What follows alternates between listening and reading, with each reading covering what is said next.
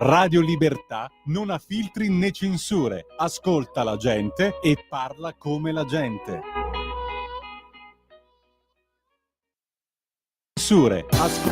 Va ora in onda L'Avvocato risponde.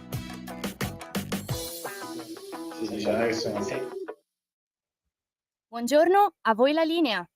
Eccoci, buonasera, grazie mille della linea, buonasera. E anzi, scusate dell'intoppo, aspetta che tolgo vabbè, ci sentite, ci vedete. Sono con il notaio Giuseppe Malta. Innanzitutto mi devo scusare perché è colpa mia, io sono tornato da poco dagli Stati Uniti e quindi oggi stavo venendo in radio, si è messo a piovere e avevo da fare un po' di cose al lavoro, quindi abbiamo deciso di fare questo collegamento dallo studio, un po' più comodi, quindi se avrete la pazienza di seguirci, ci farà piacere lo stesso. Potete intervenire, poi presento l'ospite, potete intervenire chiamandoci allo 02 9294 7222 per le telefonate in diretta. Approfittatene perché abbiamo il notaio, quindi fateci sapere se avete domande, qualsiasi tipo di quesito, e poi potete scriverci su WhatsApp 340 670 9659 per la messaggeria istantanea o se volete scriverci. Davanti a me ho il notaio Giuseppe Malta, che era già stato da noi, è stato ospite nella trasmissione l'anno scorso e avevamo visto che era stata una puntata molto interessante, ci era piaciuta tanto e lui si era divertito, soprattutto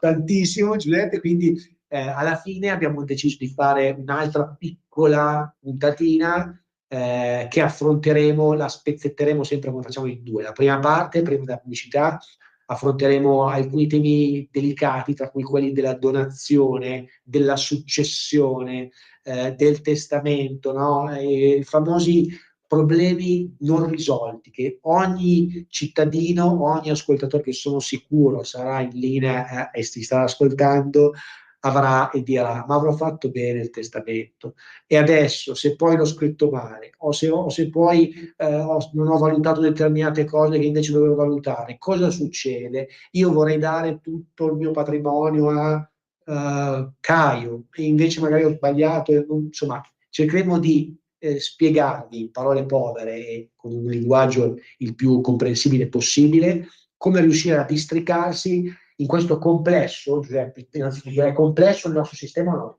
Questa domanda che vi faccio subito. È abbastanza complesso perché insomma cambia in base al numero di soggetti che hanno diritto a ricevere qualcosa da noi, quindi se c'è soltanto il coniuge, se ci sono il coniuge con un figlio, il coniuge con 2 o 3 figli, quella che è la quota cosiddetta di riserva è considerata una quota mobile.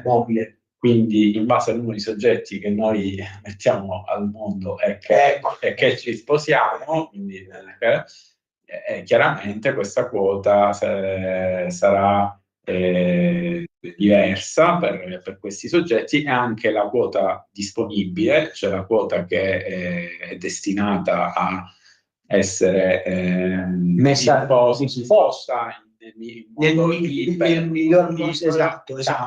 Esatto. Se noi non abbiamo né figli né coniuge, la nostra quota disponibile è l'intero patrimonio. Certo, se non abbiamo coniuge e figli, possiamo lasciare a chiunque il nostro patrimonio, e i soggetti a noi vicini, quindi i fratelli, i eventuali altri parenti, non hanno diritto, ok, salvo che non siano discendenti dei nostri figli. Magari può succedere che un figlio premorto ha lasciato i nipoti come figli di figli, considerati come figli.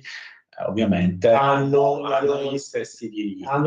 Però se noi siamo Giuseppe notaio, hanno gli stessi diritti fino a quando ovviamente non compiono la maggiore età, perché poi c'è quell'aspetto. No, da questo punto di vista i figli dei figli premorti hanno esattamente gli stessi diritti, anche oltre. Prima nozione importante. Una cosa molto, frequente ormai è che intanto mi viene chiesto in studio, viene qualche cliente a chiedere delucidazione, anche qualche giorno fa, per questo mi è venuto in mente. se ho un figlio e poi ho un coniuge che non è mamma o papà del figlio, ha esattamente gli stessi diritti del coniuge. Il fatto che abbia un altro sangue. il fatto che comunque, quindi dal punto di vista del rapporto del coniuge con mio figlio, in questo caso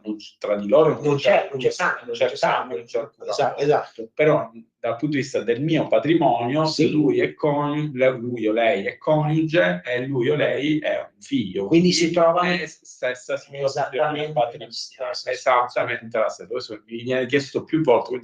E anche se ci fosse, dico, un altro evento, e se invece si aggiunge un altro figlio che invece di loro due, anche in questo caso. Esatto. Perché l'altro figlio potrebbe dire io gli stessi. Poi entriamo in un cosa di bilaterali e è ancora più complesso. Unilaterali, però comunque è un'altra situazione. Diciamo che è complesso. Però da un punto di vista del mio patrimonio, quelli sono i figli, quello è il coniuge e quindi la quota legittima. Tra di loro appunto saranno fratelli unilaterali, quindi i patrimoni tra di loro saranno perché non sono fratelli degli stessi tu dici a sua volta quando ci sarà un problema di successione fra di loro. Esatto. Okay.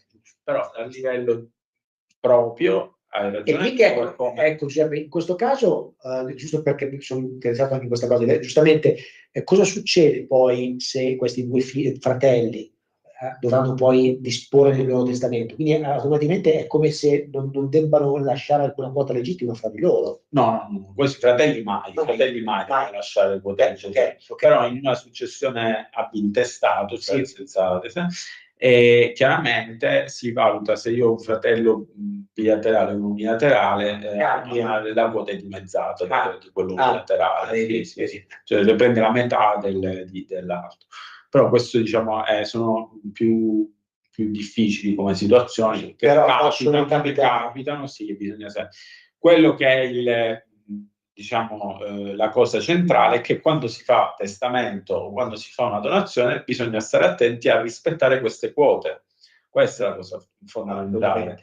E quindi Giuseppe, anche il passaggio importante da fare prima, esatto, questo che noi diciamo sempre, no? La consulenza da fare, perché poi veramente una volta che poi hai fatto, può succedere qualsiasi evento, cioè io dico è importante, no? Soprattutto su patrimoni complessi, soprattutto su situazioni familiari complicate, cioè è inutile il metodo fai da te, rischioso, porta a un conflitto quasi sicuro, perché le liti, tu sei avvocato anche tu, quindi cioè, lo sai, cioè il fatto della litigiosità è enorme, cioè penso che sia uno sì, bisogna evitare, esatto, però penso che sia, adesso io non ho la statistica diciamo così, delle cause in Italia, ma sicuramente le cause sull'eredità sono quelle che a maggior ragione, e poi sono lunghissime, penso che non finiscano mai quasi. Adesso io riporto alla cronaca l'ultima, quella degli Agnelli, no? Dove tra l'altro poi sono arrivate delle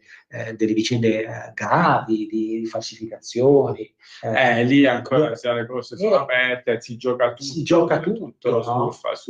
Lì c'è un aspetto molto interessante che è quello dell'applicazione del diritto italiano rispetto a quello svizzero, perché se si applica il diritto svizzero i patti successori sono leciti e quindi l'eventuale patto fatto sarebbe valido. Cioè quello che punta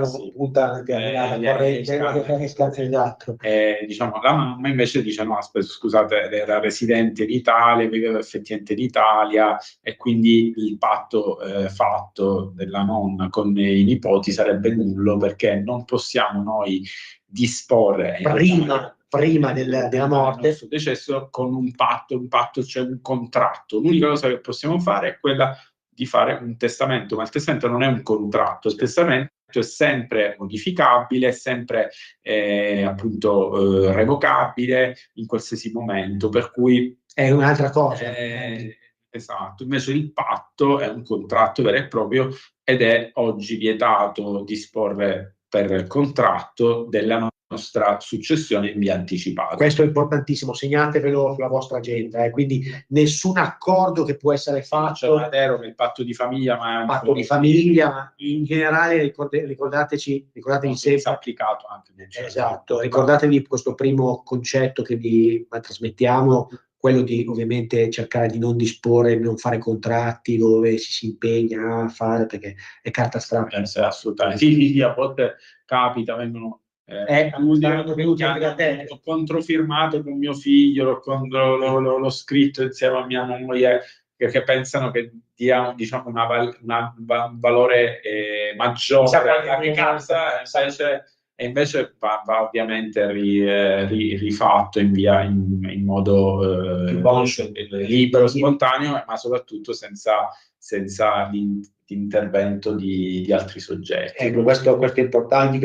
Quindi stavo dicendo, quindi il discorso della litigiosità, come si può prevenirlo? Ma facendo un esame molto anticipato di quello che può essere poi quello che può verificarsi nel futuro, perché poi gli anni passano, la condizione di salute, come sappiamo, non è assolutamente certa, possono verificarsi qualsiasi tipo di eventi e quindi voglio dire, evitare un contenzioso credo che sia la cosa migliore per tutti poi, perché soprattutto per i tempi della giustizia poi, io ripeto adesso io non ricordo Agnelli che in anni ma stiamo parlando di sicuramente più di 10 anni a memoria, molto più di 10 anni, quindi tra appelli, chissà, adesso io non ho seguito così nel dettaglio proceduralmente, però stanno ancora discutendo, insomma, quindi questo è quello che vi do ancora il numero di telefono perché qualcuno magari sta guidando e non ha puntato e chiamateci che ci fa piacere 02 9294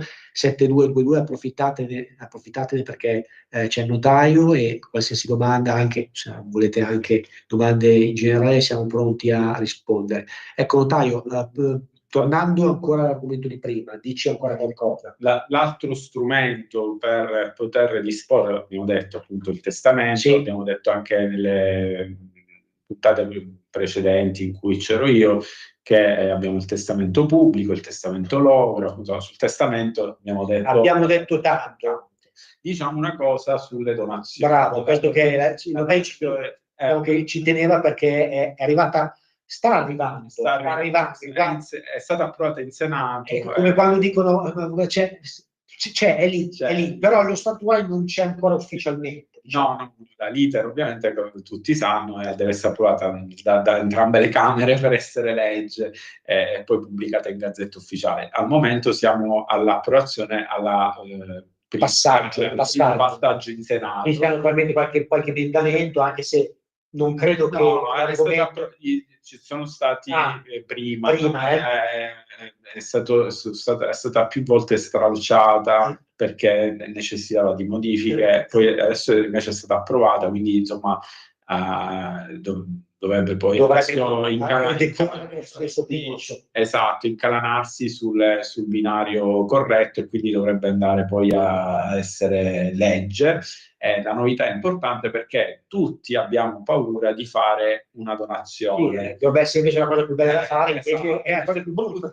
Quando si va dal notaio, 99 su 100 dice: ma mi hanno detto che la donazione ci sono problemi, come posso fare la donazione come posso fare a passare quel bene a mio figlio, a mia figlia, a mio nipote senza avere problemi? Perché c'era questo timore della donazione anche da un punto di vista della commercialità del bene, che è stato poi in parte risolto con le assicurazioni sull'immobile donativo, che però sono comunque un costo. Certo.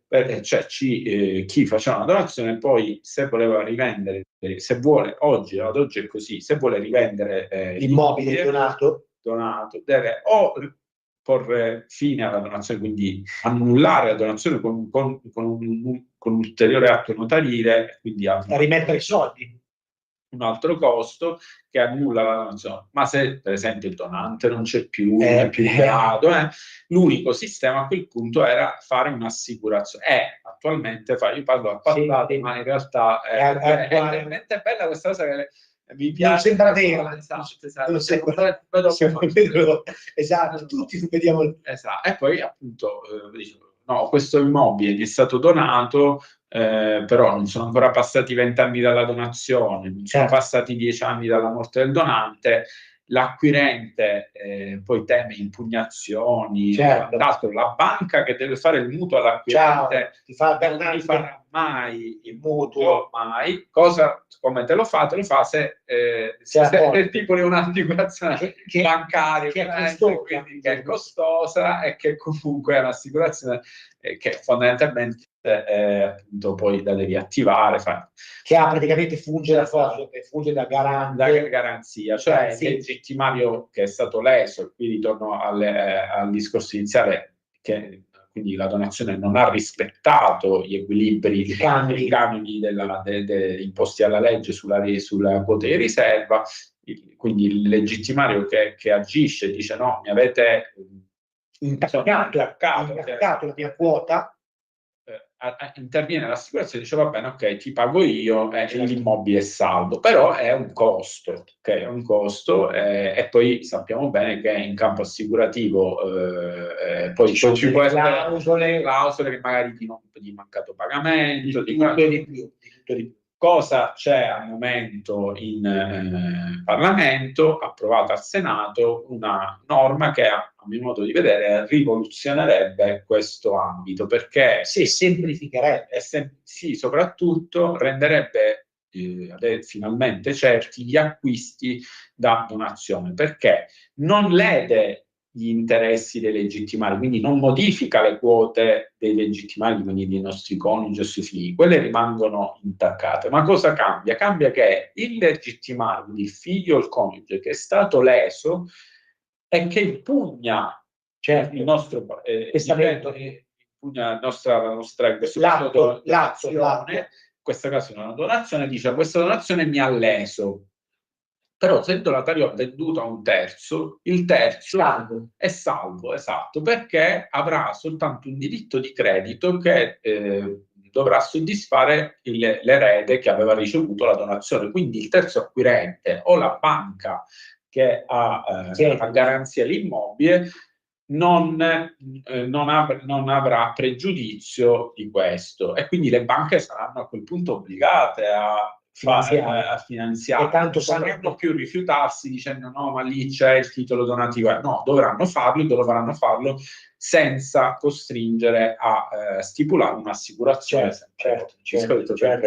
Con la stessa chiaramente sono nate anche per quello, come leasing, quindi sarebbe veramente un'ottima cosa, renderebbe sicuramente più facile e più sereni tutti nel poter anche noi cosa rimane attivo il credito della persona che è stata lesa, e a quel punto sarà lui a dover avanzare, l'erede dovrà venire a chiedere andata a te, vendendo avrà incassato, la parte la destinerà all'altro erede, però chi ha acquistato dice sono fatti vostri, rientra nel vostro ambito, non va a intaccare chi ha non so chi sia stato il fautore, chi ha diciamo che è l'iniziatore di questa modifica, ma non so neanche il notariato.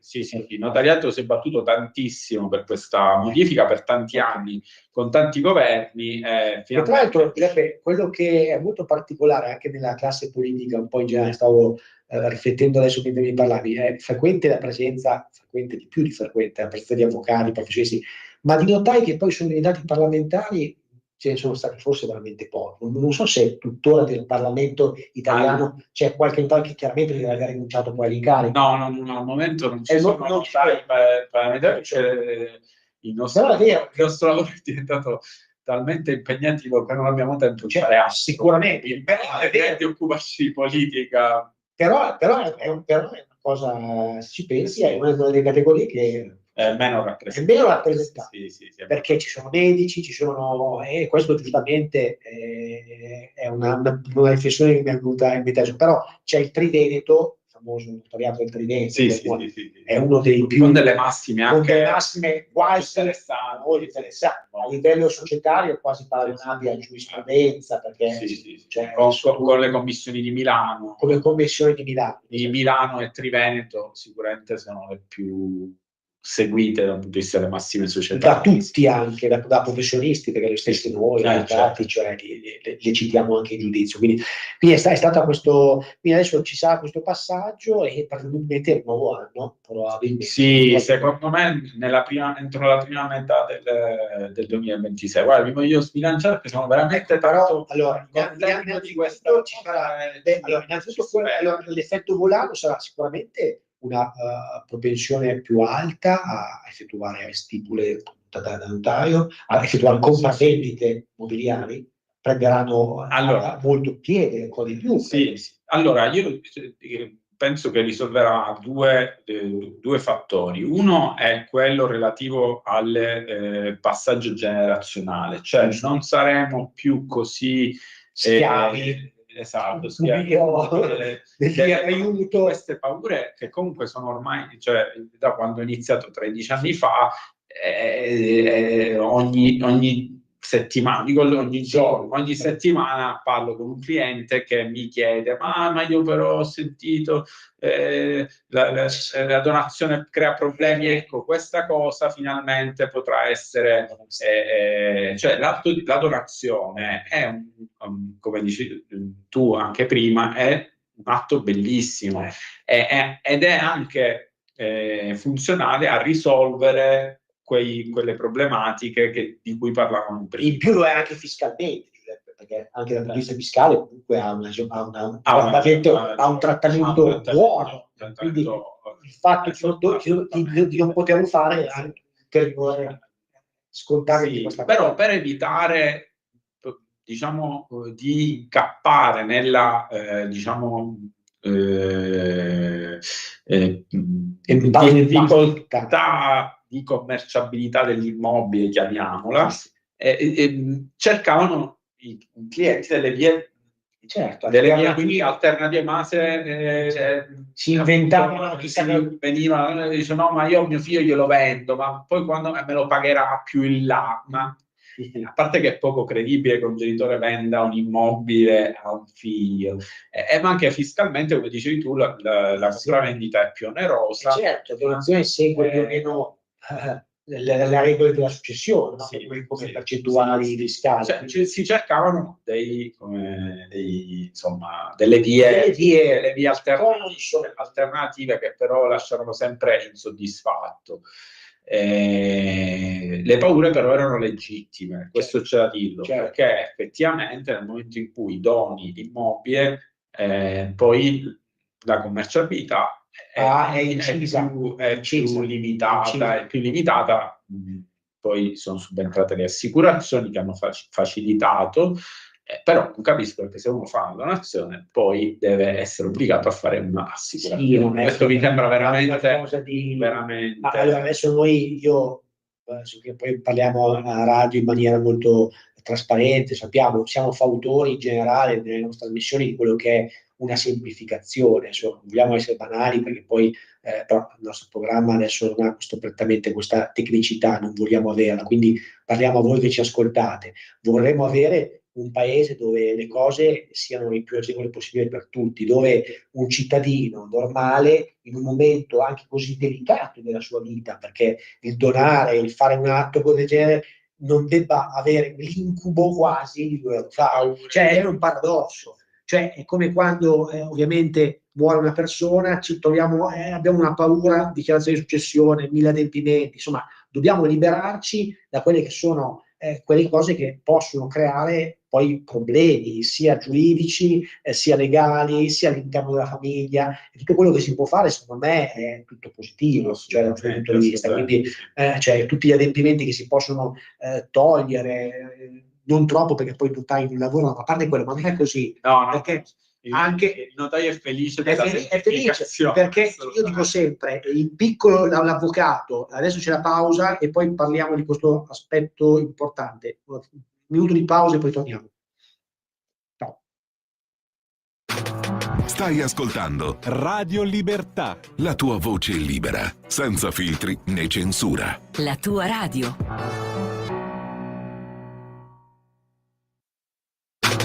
Stai ascoltando Radio Libertà, la tua voce libera, senza filtri né censura. La tua radio. Ehi tu, non trovi più il segnale di Radio Libertà sulla tua radio DAB? Non disperarti, risintonizza. Sì, ma come? È facile, tasto menu, poi scegli il tasto corrispondente alla ricerca automatica dei canali, attendi qualche minuto e tutte le stazioni DAB della tua zona saranno disponibili.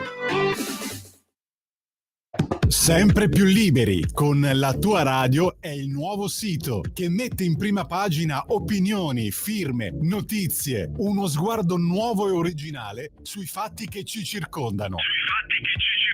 Il nuovo quotidiano online. Semplicemente radiolibertà.net.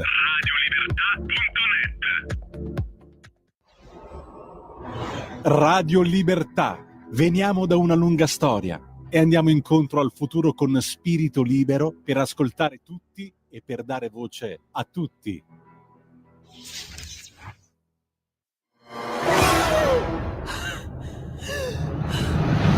Pensa a respirare. Ora abbandonati. Che cosa vedi?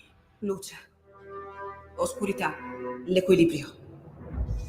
È tanto più grande. È stato un risveglio. Hai sentito? Conosco una sola verità.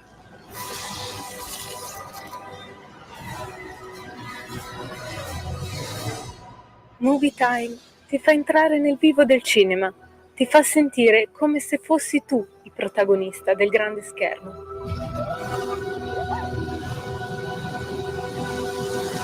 Ogni sabato dalle ore 16.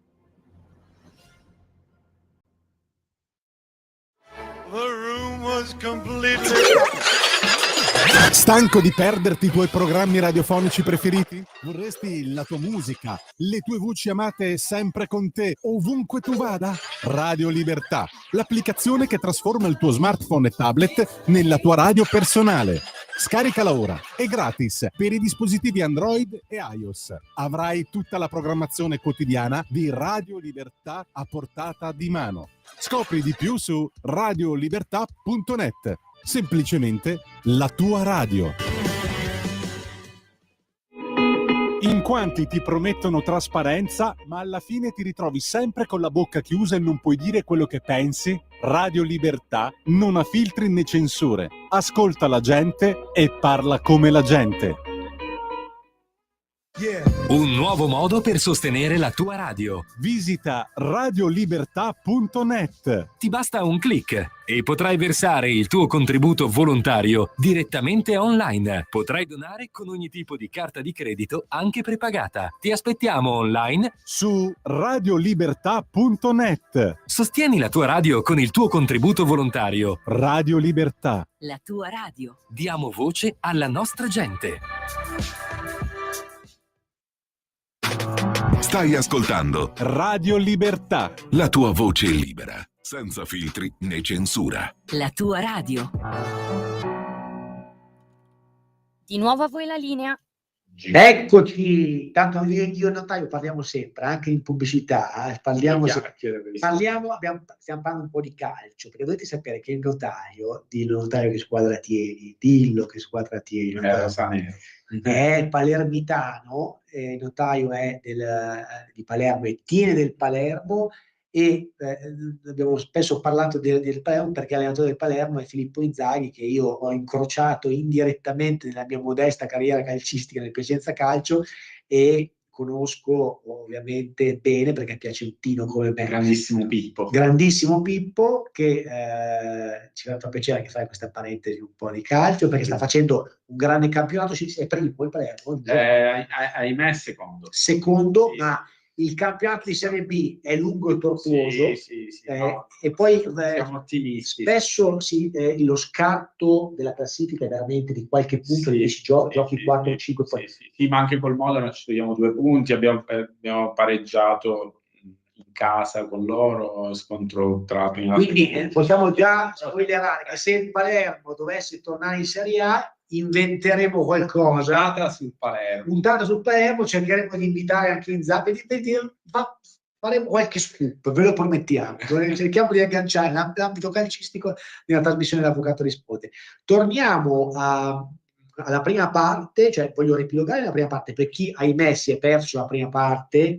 Abbiamo parlato di cose molto interessanti, tra i quali il testamento, la donazione, che ora finalmente diverrà uno strumento molto più appetibile da parte di tutti, meno vincoli. Non è ancora passata la legge, ma presumibilmente verrà posta in essere all'inizio del 2026, se non alla fine del 2025.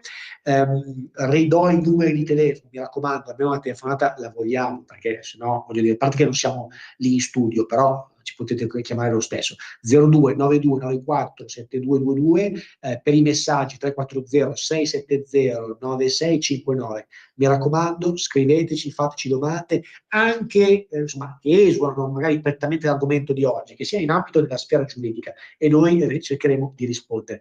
Stavo dicendo prima, notaio, che questi strumenti, secondo me, avranno un volano enorme, perché l'economia, amici, cari amici di Radio Libertà, se è libera da vincoli, vola. Se le tasse sono giuste, non sono esagerate, se non diamo quel senso di paura al cittadino, la gente prende e fa le cose, no? Con molto più enfasi. Proprio per questa ragione, seconda parte, magari parliamo un po' dell'ambito societario, che a noi piace tanto, le cessioni d'azienda. Perché volevamo parlare ti volevo fare questa domanda? Perché in ambito sempre di successione e comunque di pianificazione generazionale all'interno della famiglia, quanti sono i casi enormi in cui c'è il classico padre che è padre padrone a un'azienda, e a chi la dà questa azienda, come fare?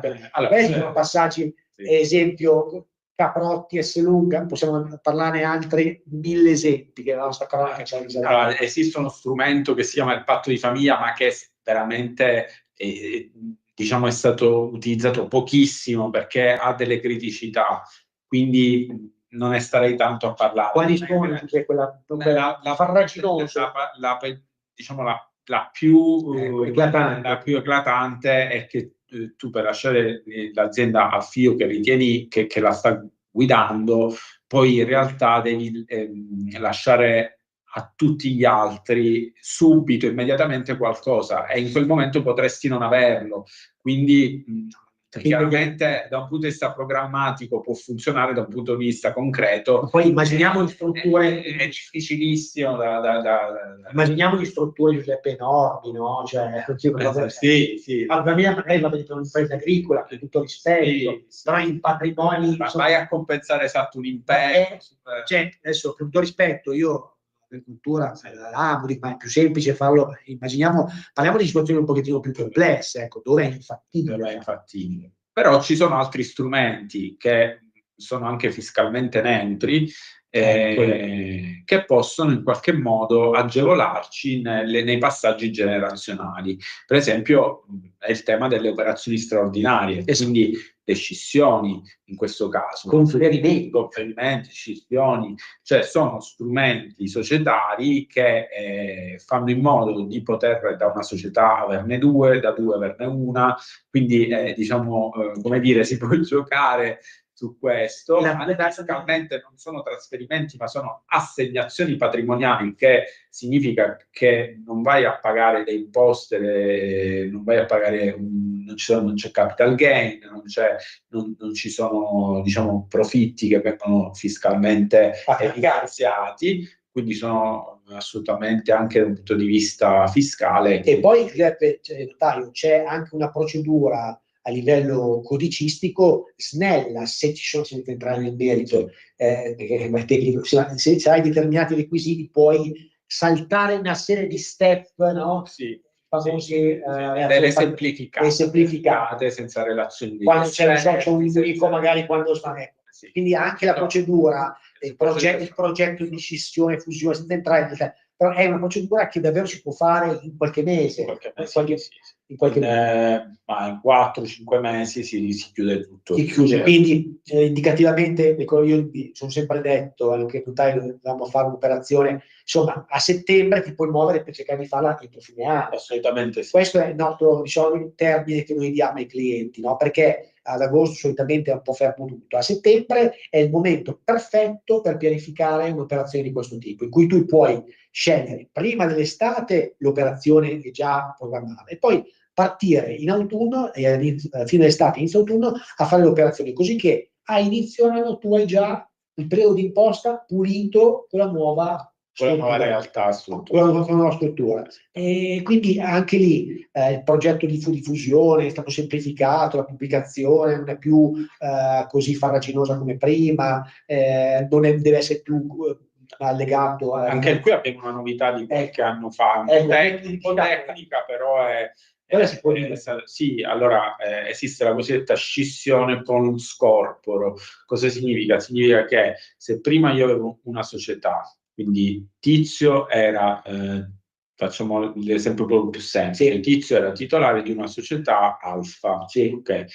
La scissione prima cosa succedeva? Che da Alfa potevi avere per esempio Beta, sì. Giusto? Quindi, che derivava da Alfa. Che derivava da Alfa, quindi diventava Tizio socio sia di Alfa che di Beta. Certo. Oggi invece cosa puoi fare? Puoi fare che Tizio detiene Alfa si scinde in Beta, ma la quota di Beta viene assegnata ad Alfa. Questa è una grandissima novità ed è anche una novità importante e utile perché si possono creare le cosiddette holding immobiliari, quindi senza dover andare a fare trasferimenti.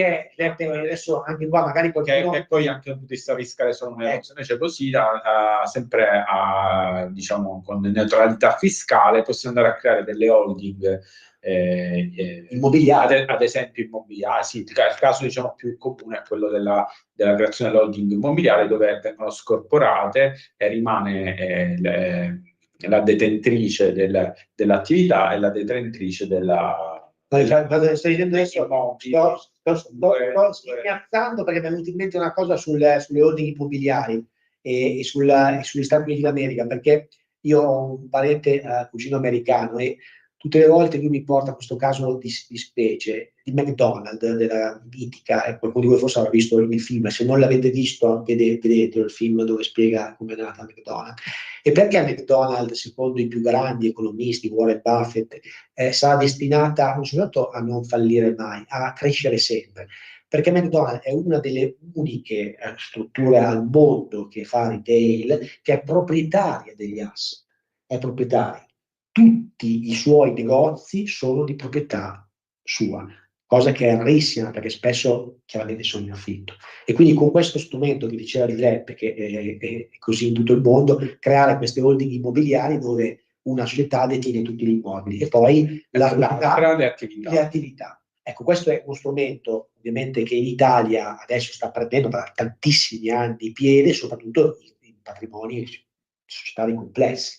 E con questo strumento ovviamente poi c'è anche un volano fiscale, perché poi c'è la tax, insomma ci sono delle agevolazioni fiscali sulla distribuzione dei dividendi. Insomma, questo per dirvi, ancora tornando al discorso di prima, che dovete essere ambiziosi, cioè non dovete pensare piccolo. È chiaro che, per l'amor di Dio, uno quando fa una società pensa a aprirla, ma dovete anche poter, per crescere, affidarvi anche a professionisti, a persone che vi suggeriscono quale strumento fiscale, societario, perché lo diciamo sempre, in Italia è tutto difficile, ma non andiamo a complicarci la vita, ci sono gli strumenti efficaci e ci sono, facciamoli.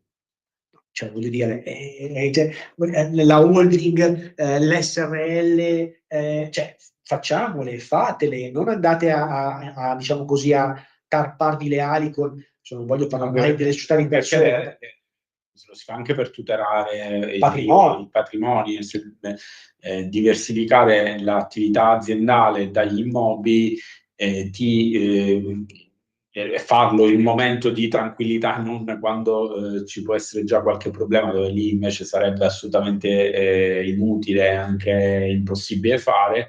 Però se fatto in situazioni normali, ma immaginate può salvarti anche il patrimonio. Ma immaginate il rischio causa di un creditore che magari può avere la società operativa, se l'immobile è detenuto dall'operativa può aggredire immediatamente l'immobile che è sulla società operativa, invece con la holding verrebbero scissi, ma questo è un primo esempio che mi viene in mente, ma ce ne sono tantissimi altri, insomma, quindi quello è davvero importante. Invece Giuseppe, sulla società semplice, no? Anche quella è curiosa, no? Alcuni la stanno usando ancora adesso, è tornata in vigore. Sì, sta diventando di uso molto comune, Molto molto per le holding, perché ovviamente la società semplice è una società che può fare soltanto o gestione immobiliare, holding o partecipazioni oppure attività agricola, non hai altre utilizzabilità di queste società. E quindi sta tornando molto in uso, ha degli aspetti fiscali interessanti. Il bilancio non lo devi fare. Sì, perché diciamo civilistico delle contabilità molto semplice, esatto. Sei tu. Sì, no, dico, però ecco, non avete l'obbligo di depositare il bilancio in Camera di Commercio come c'è sulle SRL, dovete fare chiaramente la situazione patrimoniale economica che vi consentirà di fare la dichiarazione, ma non dovete renderlo pubblico, diciamo. Questo è un altro elemento che fa riservatezza, no? Esatto. Per chi ce l'ha. E in più si applicano alcune norme fiscali agevolative che si applicano anche alle società di persone o all'assegnazione ai soci. Si applicano anche per analogia alle società semplici e quindi diventa molto interessante da questo punto di vista fiscalmente nel caso per esempio di dismissione del patrimonio. Esatto, che è l'esempio classico dei patrimoni. Invece Giuseppe, se venisse da te magari un imprenditore, magari tornando al discorso della successione delle quote, che consiglio gli daresti, ovvero il classico imprenditore che magari è socio di una SRL ed è sua, e magari ha una compagine familiare complessa, che tipo di suggerimenti ti verrebbe da dare questo signore per riuscire a dormirsene tranquilli? Cosa che è una domanda molto aperta. Sì. Intanto cercherei di capire la sua attività, come è strutturata in questo momento, se appunto il patrimonio immobiliare è separato, se è di titolarità personale, quindi come dicevi tu, eventualmente fare un conferimento su una nuova società, insomma, valuterei tutto le fasi preliminari per fare dividere il patrimonio. Poi se ha la necessità di anche dividerlo tra i figli, lì si può già pensare a per esempio assegnare in nuda proprietà ai figli le quote, l'usufrutto, ottenere l'usufrutto col diritto di voto. Quello possono fare. Si può fare sugli immobili o si può fare anche sulle partecipazioni sociali. E come si valuta? Immaginiamo che siano la quota legittima sia praticamente, cioè il patrimonio sia praticamente in grande parte collegabile alla società, alle quote. Come viene determinata la legittima lì? Fa parte, allora, la legittima non è mai qualitativa, okay? È sempre solo quantitativa. Ma come si determina? Questo significa che si fa proprio un calcolo all'apertura della successione di quanto vale il patrimonio in termini di partecipazioni sociali, immobili. Quindi si prende il bilancio in questi casi. In questo caso si prende il bilancio, l'ultimo bilancio. Sì. E gli immobili? Come valore venale. Valore venale.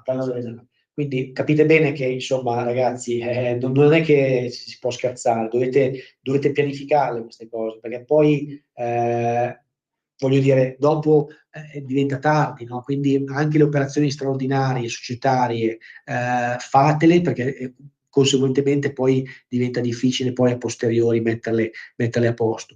Invece Giuseppe, sul discorso società di persone, a parte la società semplice, stai vedendo oramai conclusa la parabola, diciamo, di costituzione, cioè viene ancora da te qualcuno di fare società di persone? Sì, assolutamente, la società di persone dove la possiamo consigliare secondo te? Allora,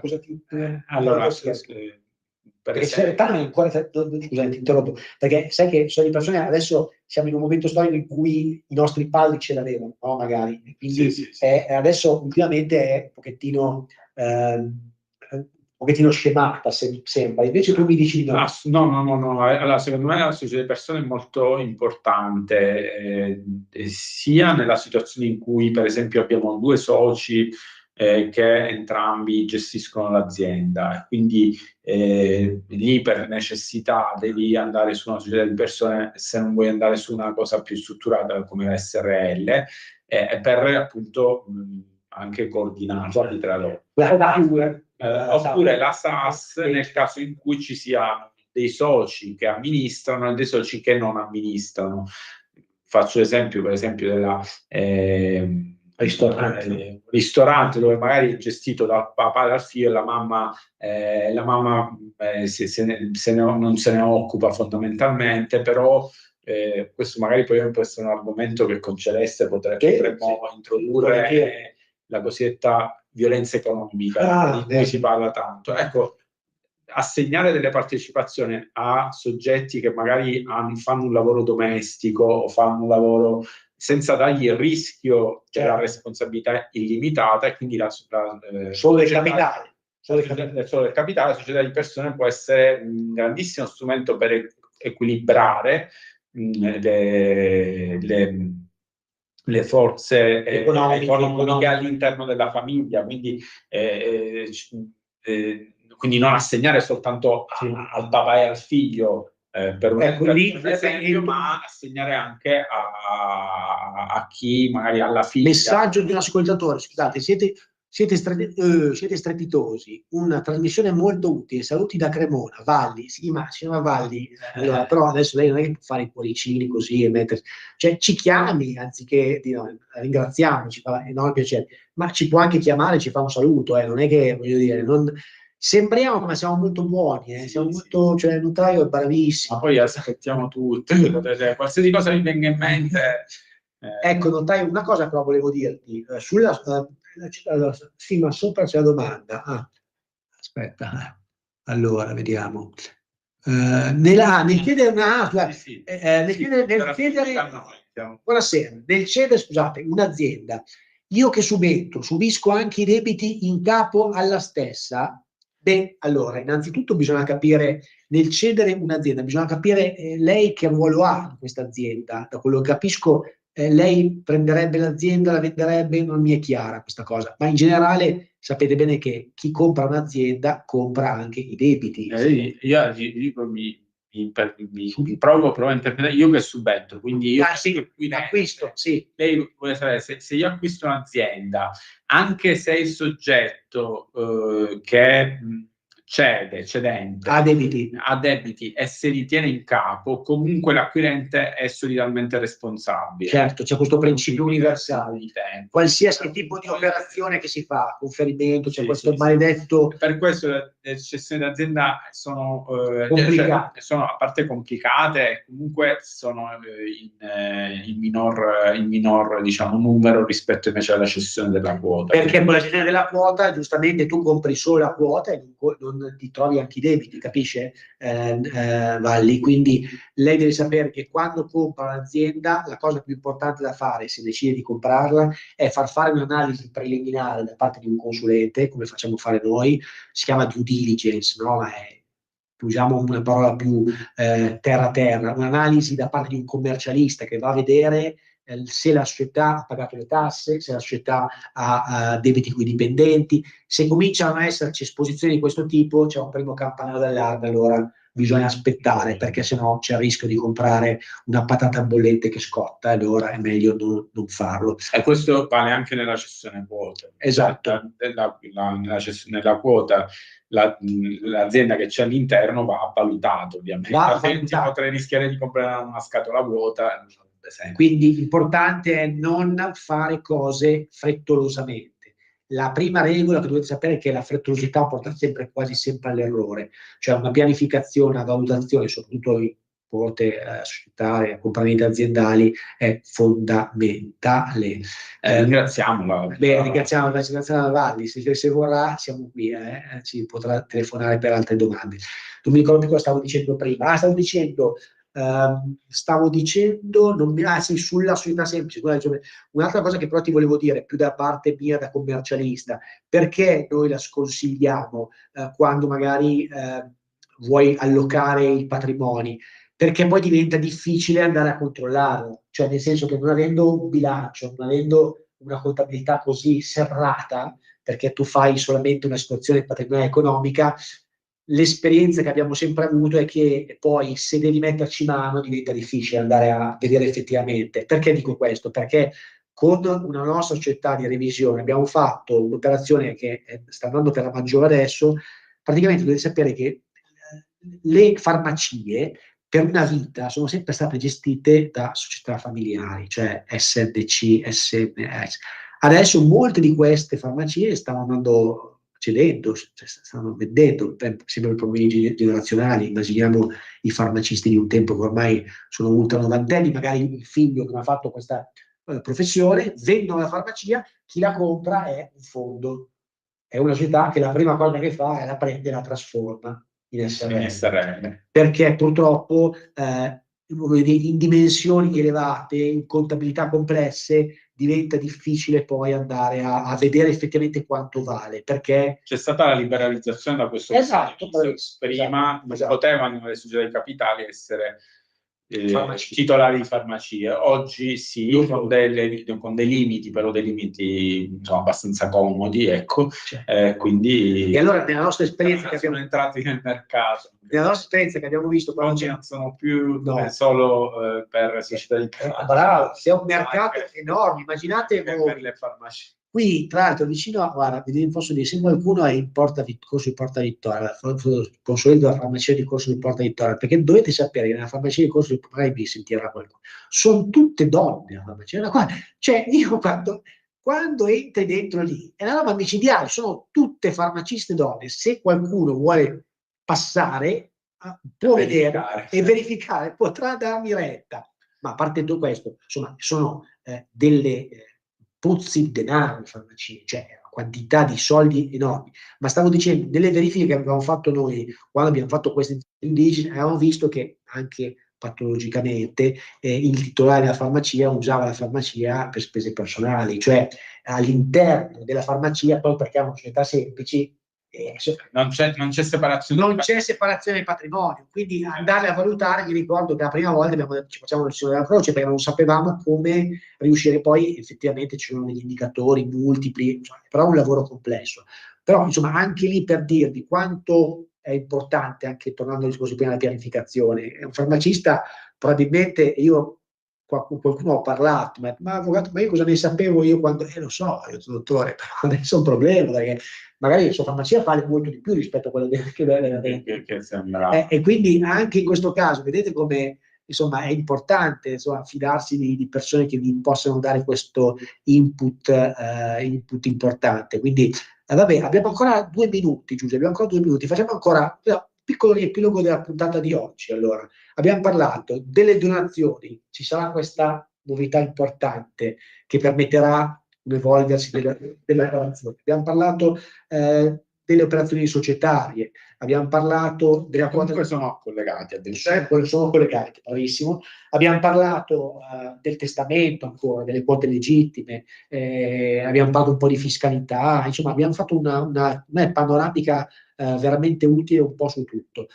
Sicuramente inviteremo ancora il notaio un'altra volta e chissà quante altre volte, perché ci sono novità, è utile, anche la finanziaria nuova introduce novità, una un po' non tanto positiva sulla cedolare secca, aumenterà, insomma, siamo in un momento storico in cui ci sono la normativa si evolve, quindi ci saranno altre occasioni. Noi vi salutiamo. Giuseppe, grazie. Grazie a voi. Grazie che sei venuto da me in studio, perché oggi ho fatto un po'. Ho fatto una passeggiata. Ho fatto un po' oggi. Tanto così. Sì. E grazie a tutti gli spettatori che ci hanno seguito, scriveteci sempre ai numeri. Il radio è bello, ma era foggerato. Io sono arrivato, ho visto cambio oggi non ero in condizione, però ritorneremo giovedì prossimo. Grazie per aver seguito. Saluto anche la regista che oggi è nuova, è stata bravissima. Natascia, ti ringrazio. Super, buona serata e buon proseguimento. State sintonizzati su Radio Libertà. Ciao a tutti. Ciao. Avete ascoltato L'Avvocato risponde.